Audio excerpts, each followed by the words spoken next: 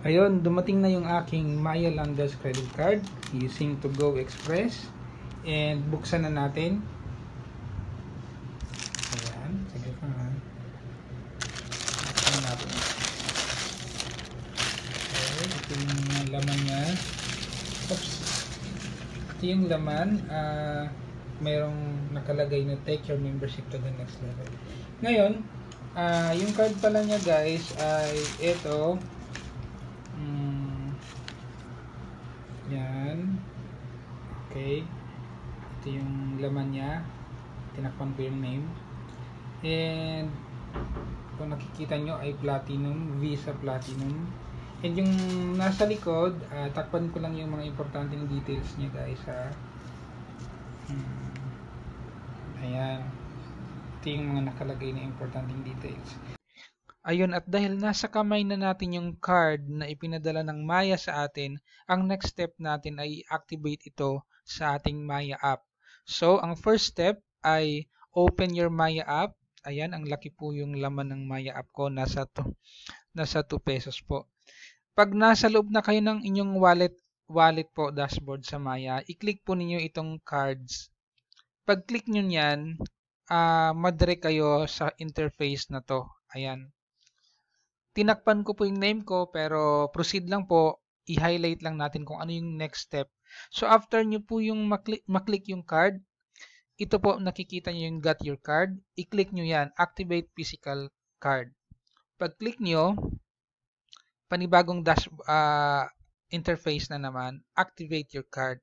Please enter the card ID found at the back of your credit card. Ngayon, nakalagay dito yung card ID. Nasa likod ng card na natanggap natin, nakalagay doon ang card ID.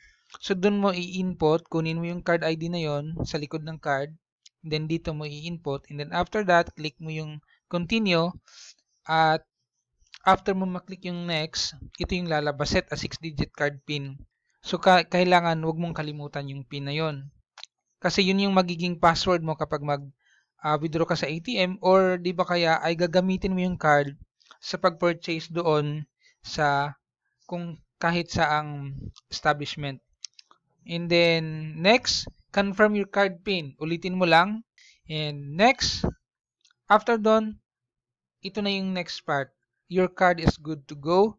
Enjoy using your credit card to shop, blah blah blah na. So pwede nang gamitin yung credit card sa mall.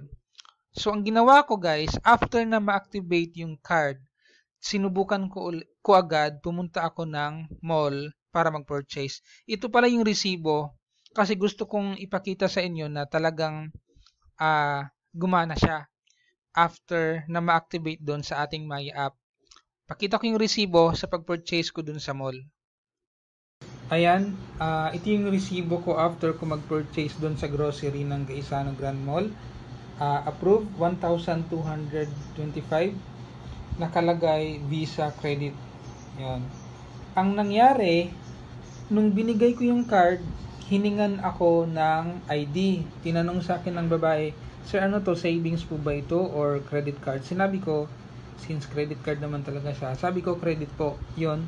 Sabi ng babae, pahingi po ng valid ID po. Yung binigay ko yung ID ko, so take note, kailangan kapag gagamitin ninyo yung inyong credit card sa kahit saang mall, magdala kayo ng ID. Support yon na ikaw talaga yung may-ari ng credit card. Pero kung debit card, hindi na kailangan. Yun lang. Salamat!